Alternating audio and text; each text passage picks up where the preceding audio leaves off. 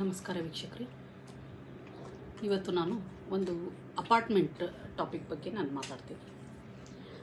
Apartment concept ಯಾವಾಗ ಬಂತಂತ ಹೇಳಿದಾಗೆ, ಯಾವ ರೀಸನ್ನಿಂದ ಒಂದು ಅಪಾರ್ಟ್ಮೆಂಟ್ನ ಪರ್ಚೇಸ್ ಮಾಡ್ತಾ ಇದ್ದಾರೆ ಜನ ಅಂತ ಹೇಳಿದಾಗೆ, ಅದಕ್ಕೆ ಒಂದು ರೀಸನ್ ಅಂತ ಹೇಳಿದರೆ, ಒಂದು ಜನಸಂಖ್ಯೆ ಗ್ರೋ ಆಗ್ತಾ ಇದೆ ಡೇ ಬೈ ಡೇ. ಸೊ ಆ ಪಾಪ್ಯುಲೇಷನ್ ಅಂದರೆ ಗ್ರೋತ್ ಆಫ್ ಪಾಪ್ಯುಲೇಷನ್ಲಿಂದ ಅದು ಒಂದು ಅಪಾರ್ಟ್ಮೆಂಟ್ನ ಜನ ಪ್ರಿಫರ್ ಮಾಡ್ತಾ ಇದ್ದಾರೆ. ಅದರ ಜೊತೆಯಲ್ಲಿ ಕೂಡ ಮೆಟ್ರೋಪಾಲಿಟನ್ ಸಿಟೀಸಲ್ಲಿ ಅಲ್ಲಿ ಲಿಮಿಟೆಡ್ ಲ್ಯಾಂಡ್ ಅವೈಬಿಲಿಟಿ ಕೂಡ ಒಂದು ಪ್ರಾಬ್ಲಮ್ ಇದೆ. ಅದರ ಜೊತೆಯಲ್ಲಿ ಒಂದು ಅಫೋರ್ಡೆಬಲ್ ಲಿವಿಂಗ್ ಅಂತ ಏನಿದೆ, ಆ ರೀಸನ್ಗೋಸ್ಕರ ಕೂಡ ಜನ ಅಪಾರ್ಟ್ಮೆಂಟ್ ಪರ್ಚೇಸ್ ಮಾಡ್ತಾ ಇದ್ದಾರೆ. And first and foremost thing ಅಂತ ಹೇಳಿದಾಗೆ, ಅಪಾರ್ಟ್ಮೆಂಟ್ ಪರ್ಚೇಸ್ ಮಾಡೋಕ್ಕೆ ಫಸ್ಟ್ ರೀಸನ್ ಅಂತ ಹೇಳಿದಾಗೆ ಬೆಟರ್ ಸೆಕ್ಯೂರಿಟಿ ಅಂತ ಕೂಡ ಒಂದು ಮುಖ್ಯವಾದ ರೀಸನ್ ಅಂತ ಇರುತ್ತೆ. ಸೊ ಅಲ್ಲಿ ಆ ಬೆಟರ್ ಸೆಕ್ಯೂರಿಟಿ ಅಂತ ಹೇಳಿದಾಗೆ, ಅಲ್ಲಿ ಅಪಾರ್ಟ್ಮೆಂಟಲ್ಲಿ ಸೆಕ್ಯೂರಿಟಿ ಗಾರ್ಡ್ಸ್ ಪ್ರೊವೈಡ್ ಮಾಡಿರ್ತಾರೆ. ಅದರ ಜೊತೆಯಲ್ಲಿ ಕೂಡ ಒಂದು CC ಕ್ಯಾಮ್ರಾಸ್ ಕೂಡ ಇರುತ್ತೆ. ಅದರ ಜೊತೆಯಲ್ಲಿ ಗೇಟ್ ಎಂಟ್ರೀಸ್ ಇರುತ್ತೆ. ಅದರ ಜೊತೆಯಲ್ಲಿ ವಿಸಿಟರ್ಸ್ ಮಾನಿಟರಿಂಗ್ ಒಂದು ರಿಜಿಸ್ಟರ್ ಮೇಂಟೈನ್ ಮಾಡ್ತಾರೆ. ಇವೆಲ್ಲ ಕೂಡ ಒಂದು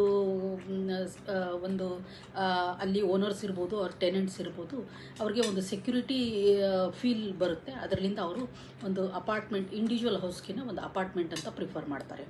ಅದರ ಜೊತೆಯಲ್ಲಿ ಕೂಡ ಒಂದು ಕಾಸ್ಟ್ ಆಫ್ ಲಿವಿಂಗ್ ಕೂಡ ಕಡಿಮೆ ಆಗುತ್ತೆ ಅಲ್ಲಿ ಅಂತ, ಅದು ಕೂಡ ಒಂದು ಮುಖ್ಯವಾದ ವಿಚಾರ ಅಲ್ಲಿದೆ. ಅದಕ್ಕೆ ಶೇರ್ಡ್ ಅಮ್ಯುನಿಟೀಸ್ ಅಂತ ಕೂಡ ನಾವು ಕರಿತೀವಿ. ಆ ಶೇರ್ಡ್ ಅಮ್ಯುನಿಟೀಸಲ್ಲಿ ನಾವು ಏನಂತ ಹೇಳ್ಬೋದು ಅಂತ ಹೇಳಿದ್ರೆ, ಒಂದು ಪಾರ್ಕಿಂಗ್ ಲಾಟ್ಸ್ ಪ್ರೊವೈಡ್ ಮಾಡಿರ್ತಾರೆ. ಅದರ ಜೊತೆಯಲ್ಲಿ ವಾಟರ್ ಸಪ್ಲೈ ಕೂಡ ಇರುತ್ತೆ. ಅದರ ಜೊತೆಯಲ್ಲಿ ಪವರ್ ಬ್ಯಾಕಪ್ ಇರ್ಬೋದು, ಲಿಫ್ಟ್ ಇರ್ಬೋದು, ಎಲಿವೇಟರ್ಸ್ ಇರ್ಬೋದು, ಜಿಮ್ಮು ಮತ್ತು ಪ್ಲೇ ಏರಿಯಾಸ್ ಫಾರ್ ಚಿಲ್ಡ್ರನ್ ಇರ್ಬೋದು. ಅದರ ಜೊತೆಲಿ ಕೂಡ ಕಮ್ಯುನಿಟಿ ಹಾಲ್, ಇವೆಲ್ಲ ಬೆನಿಫಿಟ್ಸ್ ಒಂದು ಅಪಾರ್ಟ್ಮೆಂಟ್ ಪರ್ಚೇಸ್ ಮಾಡಿದರೆ ಇವೆಲ್ಲ ಸಿಗುತ್ತೆ ಅಂತ ಹೇಳಿ ಬಿಲ್ಡರ್ ಕಟ್ಟುನಿಟ್ಟಾಗಿ ಒಂದು ಪ್ಲ್ಯಾನ್ ಮಾಡಿನ. ಮತ್ತು ಒಂದು ಗಾರ್ಡನ್ ಏರಿಯಾ ಇರ್ಬೋದು, ಇವೆಲ್ಲ ಕೂಡ ಒಂದು ಸೀನಿಯರ್ ಸಿಟಿಸನ್ಗೆ ಸಿಟ್ಟಿಂಗ್ ಏರಿಯಾ ಮಾಡಿರ್ತಾರೆ.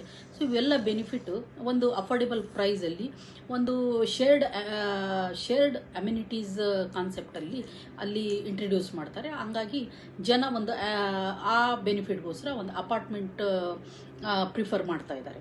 ಬಟ್ ಅದರ ಜೊತೆಯಲ್ಲಿ ಕೂಡ ಈ ಫೆಸಿಲಿಟೀಸ್ ಕೊಡ್ತಾ ಇದ್ದಾಗೆ ಅಲ್ಲಿ ಒಂದು ಸೊಸೈಟಿ ಅಂತ ಕೂಡ ಒಂದು ಫಾರ್ಮ್ ಮಾಡಿರ್ತಾರೆ. ಆ ಸೊಸೈಟಿ ಒಂದು ರಿಜಿಸ್ಟರ್ಡ್ ಸೊಸೈಟಿ ಇರುತ್ತೆ. ಕೋಆಪರೇಟಿವ್ ಸೊಸೈಟಿ ಆ್ಯಕ್ಟಲ್ಲಿ ಅಲ್ಲಿ ರಿಜಿಸ್ಟರ್ ಮಾಡಬೇಕು. That is the called body of the society ಅಂತ ಕೂಡ ನಾವು ಹೇಳ್ತೀವಿ. ಅದಕ್ಕೆ ಅವರು ಕಟ್ಟುನಿಟ್ಟಾಗಿ ಒಂದು ಬಾಡಿನ ಫಾರ್ಮ್ ಮಾಡಿ ಅವರೆಲ್ಲ ಕೂಡ ಈ ಫೆಸಿಲಿಟೀಸ್ನ ಏನೇನು ಫೆಸಿಲಿಟೀಸ್ ಅಪಾರ್ಟ್ಮೆಂಟಲ್ಲಿ ಅಮ್ಯುನಿಟೀಸ್ ಏನೇನು ಇರುತ್ತೆ ಅವೆಲ್ಲ ಪ್ರೊವೈಡ್ ಮಾಡೋದು ರೆಸ್ಪಾನ್ಸಿಬಿಲಿಟಿ ಅಂತ ಹೇಳಿ ಅವರು ಮಾಡ್ತಾ ಇರ್ತಾರೆ. ಸೊ ಅವ್ರ ಕೆಲಸ ಕೂಡ ಟುವರ್ಡ್ ದಿ ಸೊಸೈಟಿ ಅಂತ ಹೇಳಿದಾಗೆ, ಅಲ್ಲಿ ಜನಕ್ಕೆ ಯಾವ amenities, basic amenities along with ಮುಂಚೆಲಿಂದ ಎಸ್ಟಾಬ್ಲಿಷ್ ಆಗಿರುತ್ತೆ. ಆ ಅಮ್ಯುನಿಟೀಸ್ ನೋಡೇ ಜನ ಅಪಾರ್ಟ್ಮೆಂಟ್ನ ಪರ್ಚೇಸ್ ಮಾಡಿರ್ತಾರೆ. ಅಂಥ ಅಮ್ಯುನಿಟೀಸ್ ಕೂಡ ಪ್ರೊವೈಡ್ ಮಾಡಬೇಕು. ಅದು ಕೂಡ ಅವ್ರದ್ದು ರೆಸ್ಪಾನ್ಸಿಬಿಲಿಟಿ. ಸೊ ಯಾವ ಥರ ಪ್ರೊವೈಡ್ ಮಾಡಬೇಕಂತ ಹೇಳಿದಾಗೆ, ಒಂದು ಫೈನಾನ್ಷಿಯಲ್ ಸ್ಟೆಬಿಲಿಟಿ ಇದ್ರೆ ಮಾತ್ರ ಒಂದು ಸೊಸೈಟಿಯಲ್ಲಿ ಈ ಅಮ್ಯುನಿಟೀಸ್ನ ಪ್ರೊವೈಡ್ ಮಾಡೋಕ್ಕಾಗುತ್ತೆ. ಯಾಕಂತ ಹೇಳಿದಾಗೆ ಮಂತ್ಲಿ ಮೇಂಟೆನೆನ್ಸ್ ಅಂತ ಏನು ಚಾರ್ಜ್ ಮಾಡ್ತಾ ಇರುತ್ತೆ ಸೊಸೈಟಿ. ಸೊ ಅವ್ರಿಗೆ ಇವೆಲ್ಲ ಅಮ್ಯುನಿಟೀಸ್ನ ಪ್ರೊವೈಡ್ ಮಾಡೋದಕ್ಕೋಸ್ಕರ ಅವ್ರಿಗೆ ಒಂದು ಸೊಸೈಟಿ ಅಪಾರ್ಟ್ಮೆಂಟ್ ಮೇಂಟೈನ್ ಮಾಡೋದಕ್ಕೋಸ್ಕರ ಸೊ ಇವೆಲ್ಲ ಮೇಂಟೆನೆನ್ಸ್ ಕೂಡ ಅಲ್ಲಿ ಚಾರ್ಜ್ ಮಾಡ್ತಾರೆ.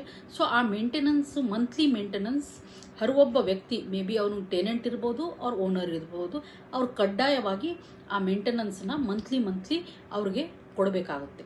ಸೊ ಇಂಥ ಸಿಚುವೇಷನಲ್ಲಿ ನಾವು ಒಂದು ಸೊಸೈಟಿ ಬೆನಿಫಿಟ್ನ ಅವ್ರ ಅಮ್ಯುನಿಟೀಸ್ನ ಬೆನಿಫಿಟ್ನ ನಾವು ತೊಗೊತಾ ಇದ್ದಾಗೆ ನಾವು ನಮ್ಮ ಆದ್ಯ ಕರ್ತವ್ಯ ಆಗುತ್ತೆ ಅಲ್ಲೆಲ್ಲ ಮೇಂಟೆನೆನ್ಸ್ ಕೂಡ ನಾವು ಮಂತ್ಲಿ ಪ್ರೊವೈಡ್ ಮಾಡಬೇಕಂತ ಹೇಳಿ.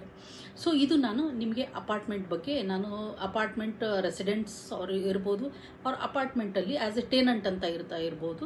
ಸೊ ಅವರು ಅಪಾರ್ಟ್ಮೆಂಟ್ ಯಾಕೆ ಪ್ರಿಫರ್ ಮಾಡ್ತಾರೆ ಅಂತ ಹೇಳಿ ನಾನು ನಿಮಗೆ ಶಾರ್ಟಲ್ಲಿ ತಿಳಿಸ್ಕೊಟ್ಟಿದ್ದೀನಿ. ಅದರ ಜೊತೆಯಲ್ಲಿ ಮತ್ತು ರೆಸ್ಪಾನ್ಸಿಬಿಲಿಟೀಸ್ ಏನಿದೆ, ಒಂದು ಓನರ್ ರೆಸ್ಪಾನ್ಸಿಬಿಲಿಟೀಸ್ ಏನಿದೆ, ಟೆನೆಂಟ್ ರೆಸ್ಪಾನ್ಸಿಬಿಲಿಟಿ ಏನಿದೆ, ಮತ್ತು ಒಂದು ಅಪಾರ್ಟ್ಮೆಂಟ್ ಸೊಸೈಟಿ ಏನು ಫಾರ್ಮ್ ಮಾಡಿರುತ್ತೆ ಅವ್ರದ್ದು ಕೆಲಸ ಏನಿದೆ ಅಂತ ನಾನು ನೆಕ್ಸ್ಟ್ ವಿಡಿಯೋಲ್ಲಿ ತಿಳಿಸ್ಕೊಡ್ತೀನಿ. ಧನ್ಯವಾದಗಳು.